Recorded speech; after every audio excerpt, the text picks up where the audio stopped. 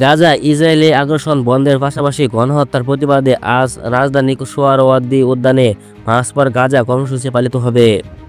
আজ শনিবার বিকালে ওই কর্মসূচিতে দলমত নির্বিশেষে সবার অংশগ্রহণ থাকবে। কর্মসূচিকে ঘিরে ইতিমধ্যে সোহরাওয়ার্দী উদ্যানে মঞ্চ তৈরির কাজ শুরু হয়েছে। সরেজমিনে শুক্রবার 11 এপ্রিল গভীর রাতে মঞ্চ নির্মাণের কাজ করতে দেখা গেছে। পাশাপাশি নির্মাতারা নিশ্চিত সেখানে পুলিশ সদস্যদের উপস্থিতিও দেখা গেছে। শাহবাগ থানার ভারপ্রাপ্ত কর্মকর্তা খালিদ মনসুর বিষয়টি নিশ্চিত করেছেন।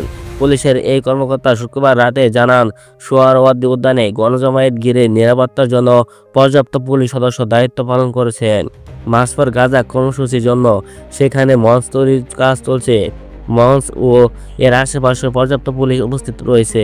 নিরাপত্তার জন্য পুলিশের সংখ্যা ভোরের দিকে আরও বাড়বে বলেও জানিয়েছেন তিনি।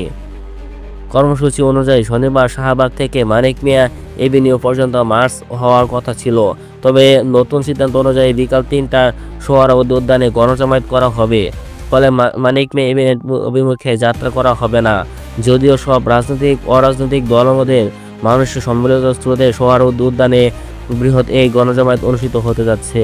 এতে বিএনপি, বাংলাদেশ জামায়াত ইসলাম, এনসিপি, ইসলামী আন্দোলন বাংলাদেশ, এবি পার্টি, গণ অধিকার পরিষদ, হেফাজত ইসলাম ছাড়াও জাতীয় দলের ক্রিকেটার, অভিনেতা, তাবলিগ জামাত, আহলে হাদিস, হাইতুল উলায়া, রেফাকুল মাদ্রিস, দারুল মাদ্রাসা, খেলাফত মজলিস, খেলাফত আন্দোলনের মতো রাজনৈতিক অরাজনৈতিক সংগঠনের পাশাপাশি বিভিন্ন বিশিষ্ট ব্যক্তিত্ব উপস্থিত থাকবেন।